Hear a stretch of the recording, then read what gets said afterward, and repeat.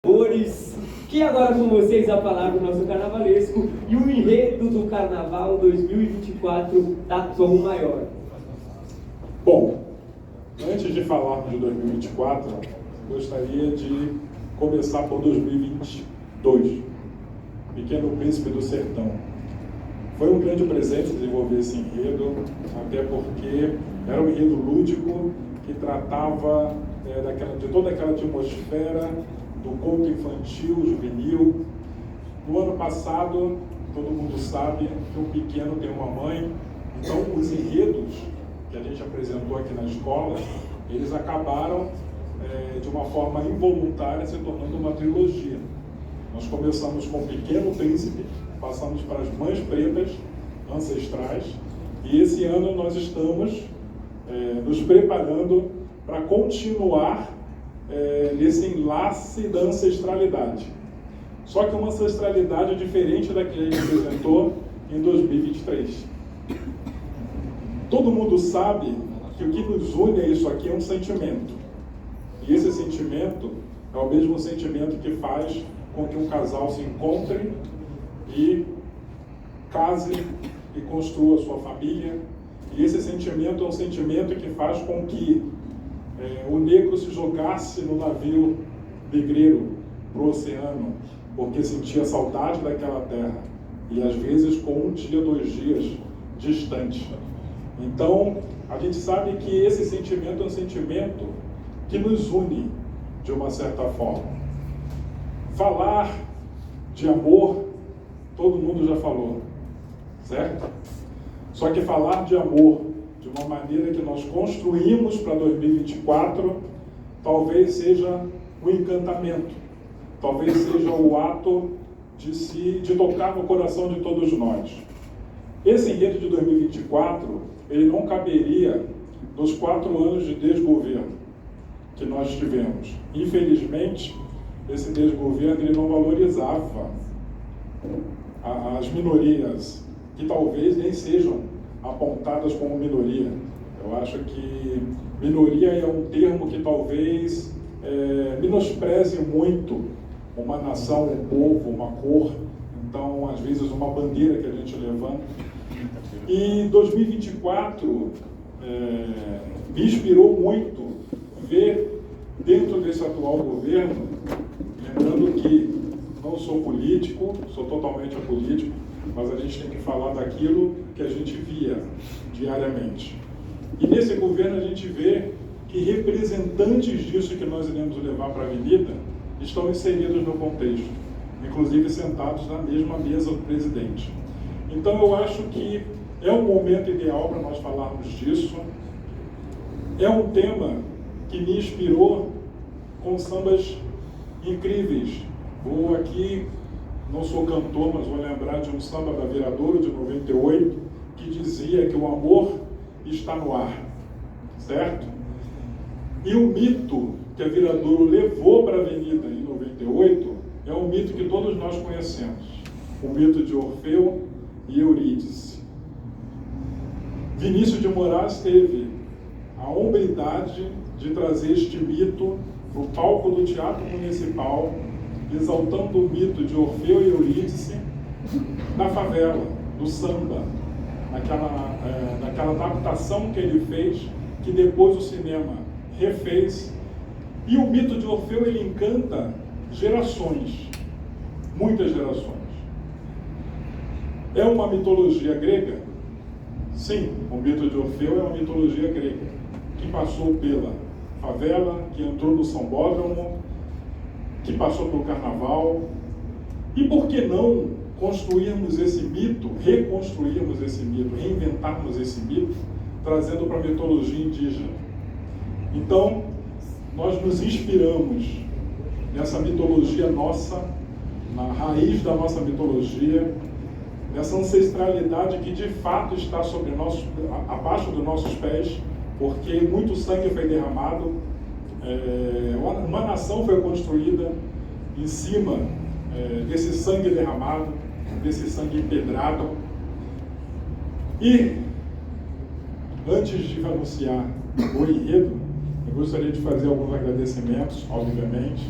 primeiramente a diretoria executiva, o presidente Carlão, pela escolha deste tema. Há 3 anos eu estou na Tom Maior e há 3 anos envolvendo temas que realmente me encantaram, realmente me fizeram me apaixonar pelo ato de criar, pelo ato de executar e entrar naquela avenida e sairmos dela com as lágrimas nos olhos. É gratificante demais para a gente que trabalha com arte. Então, eu vejo que todos vocês aqui, eu vejo como engrenagens de uma grande máquina chamada Tom Maior. E essa máquina, se alguma dessas engrenagens falhar, ela não vai funcionar. Então é muito importante que todos nós tenhamos esse ano, em 2024, a maior de todas as engrenagens, o amor. Seja ele ao pavilhão, seja ele ao nosso próximo, seja ele à nossa família, seja ele ao nosso planeta, seja ele a nossa vegetação, aos nossos animais, a nossa fauna, a nossa flora, seja eles a nossa mitologia enraizada, que é a mitologia do indígena. Então, eu gostaria de fazer um agradecimento também a um grande amigo que me ajudou muito nessa consultoria do trabalho, do desenvolvimento desse enredo, chamado Eric Nakanomi. Ele é um conselheiro de arte do Boi de Parintins, do Boi Caprichoso.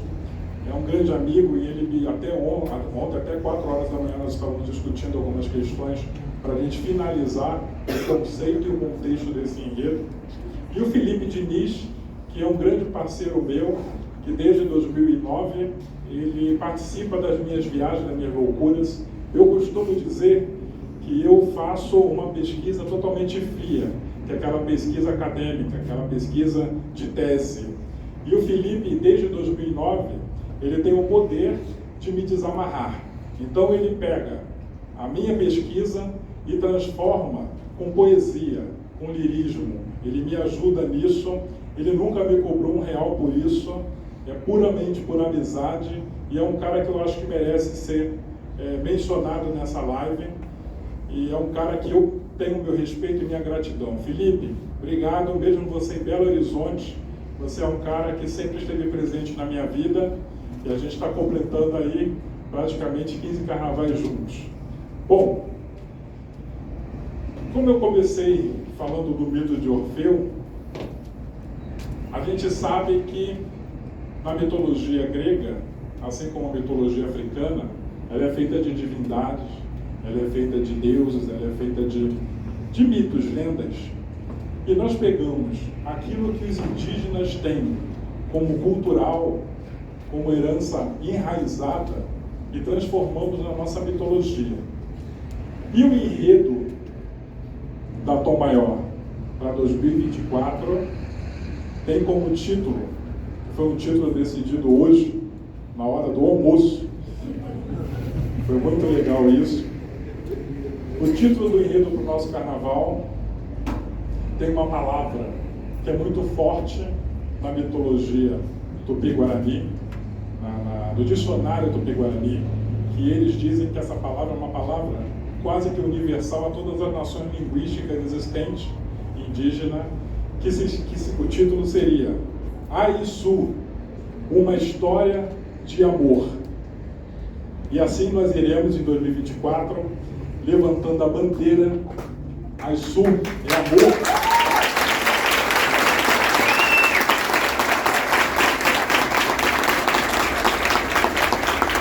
Eu gostaria de pedir licença a essa ancestralidade de 2024, que são os indígenas, aos nossos povos originários, pedir licença a Monã, que é o Deus Criador, e principalmente a Rudá, que é o Deus do amor. E vamos levar para a avenida a bandeira de Aiçu, que é simplesmente amor.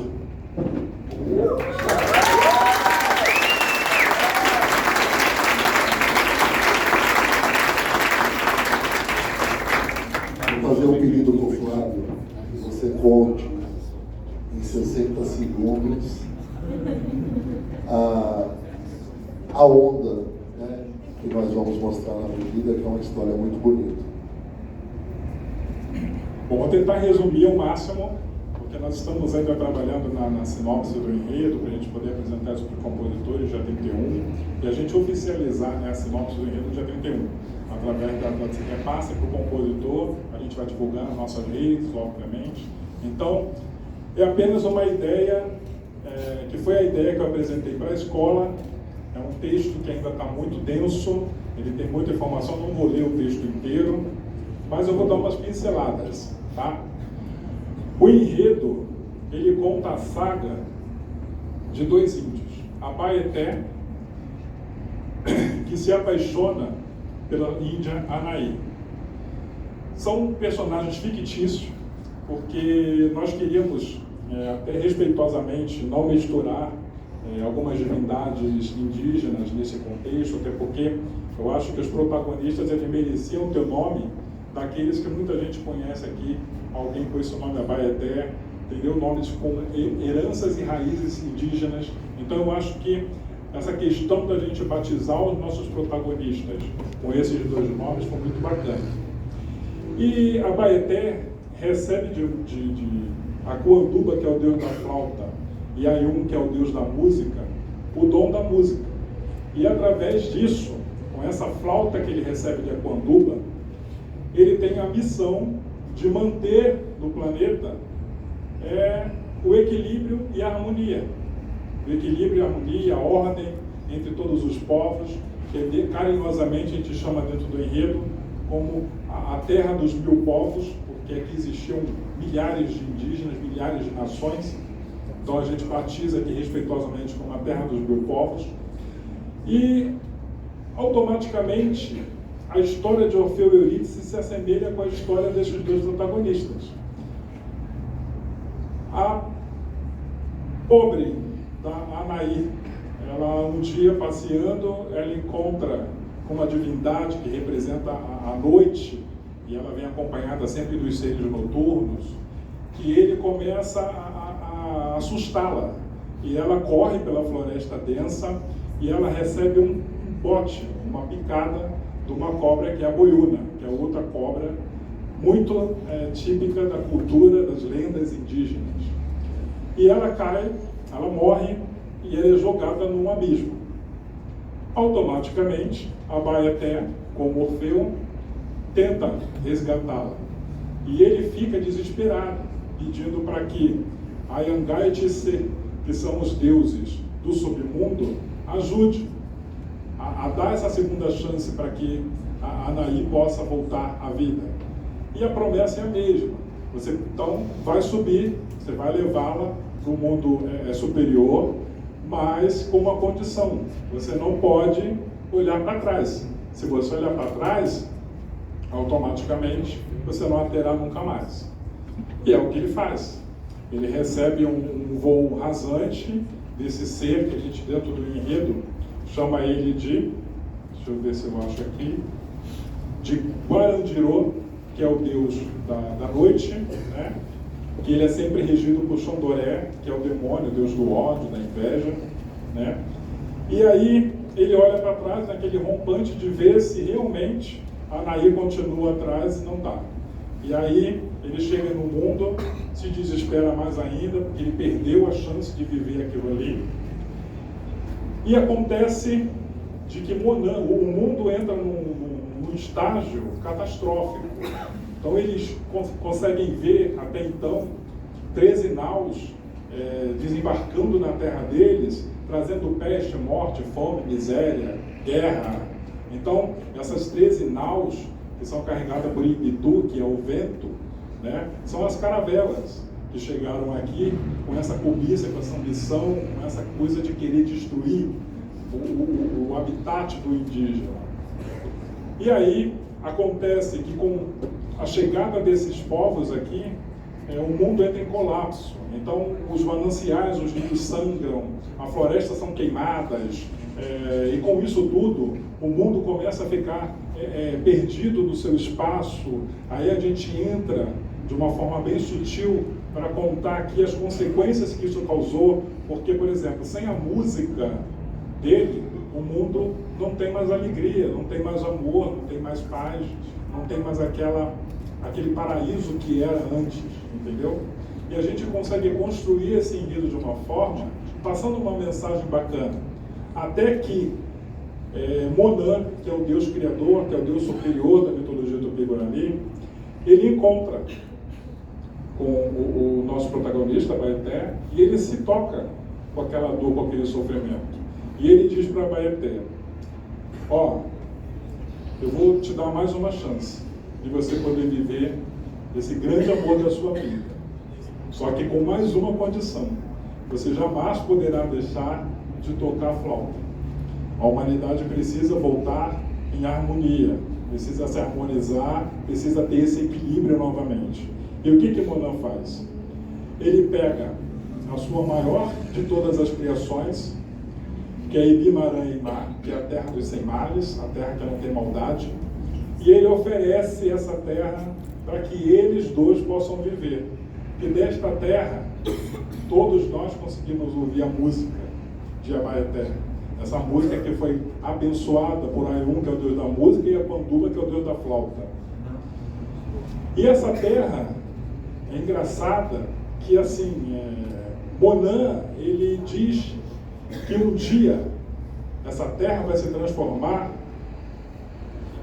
no Ibi-Aiçu, que é a terra do amor.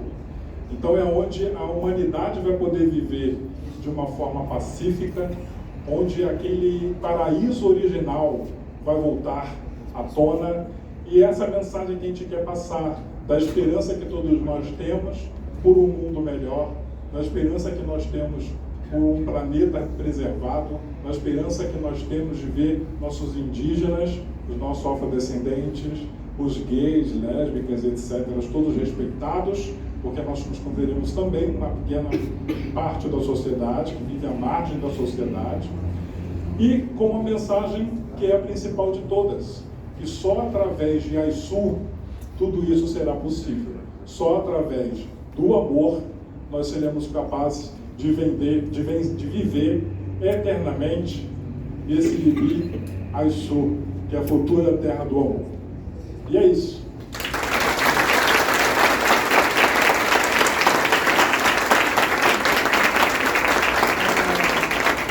Vale fazer um destaque, galera, e isso eu acho que mostra a maturidade do que a gente está alcançando, que assim como em 2023 foi o primeiro enredo afro-religioso da Tom Maior, nos seus 50 anos, a Tom Maior nunca havia feito um enredo para temática 100% indígena. Então a gente vai para a avenida com a temática indígena, a gente troca, a gente dá a flauta para Orfeu e o transforma nesse grande caso de amor. Exatamente. Tanto é que a nossa ideia de abertura de desfile é justamente essa. É nós unirmos todas as faces de Orfeu. Então nós teremos o Orfeu negro, o Orfeu grego e o Orfeu indígena. Então, essa é a mensagem que a gente quer levar, de que todos nós carregamos dentro da gente o mito de Orfeu e Eurídice, só que de uma forma totalmente tupi-guarani, totalmente brasileira. E é essa mensagem que nós levaremos. Eu tenho certeza, até comentei hoje mais cedo, que esse espaço branco me incomoda muito. Que esse espaço branco precisa de uma estrela. Eu acho que uma estrela aqui ficaria muito bonita. E eu vejo essa estrela em cima dessa lira aqui. Só que essa estrela a gente só vai conseguir colocar aqui se todos nós estivermos unidos, juntos, nesse propósito. E para que todos nós possamos levantar a partir de hoje a mesma bandeira que nossos povos originários levantam, a mesma bandeira que o negro levantou ano passado, a mesma bandeira que todos nós merecemos levantar, porque é sempre em prol da nossa casa, da nossa morada, que é o nosso planeta. E é isso aí. 2024 promete. E eu tenho certeza que eu posso contar com todos vocês para que a gente juntos possa colocar essa estrela desse branco que está me incomodando demais há 3 anos. Essa é a nossa.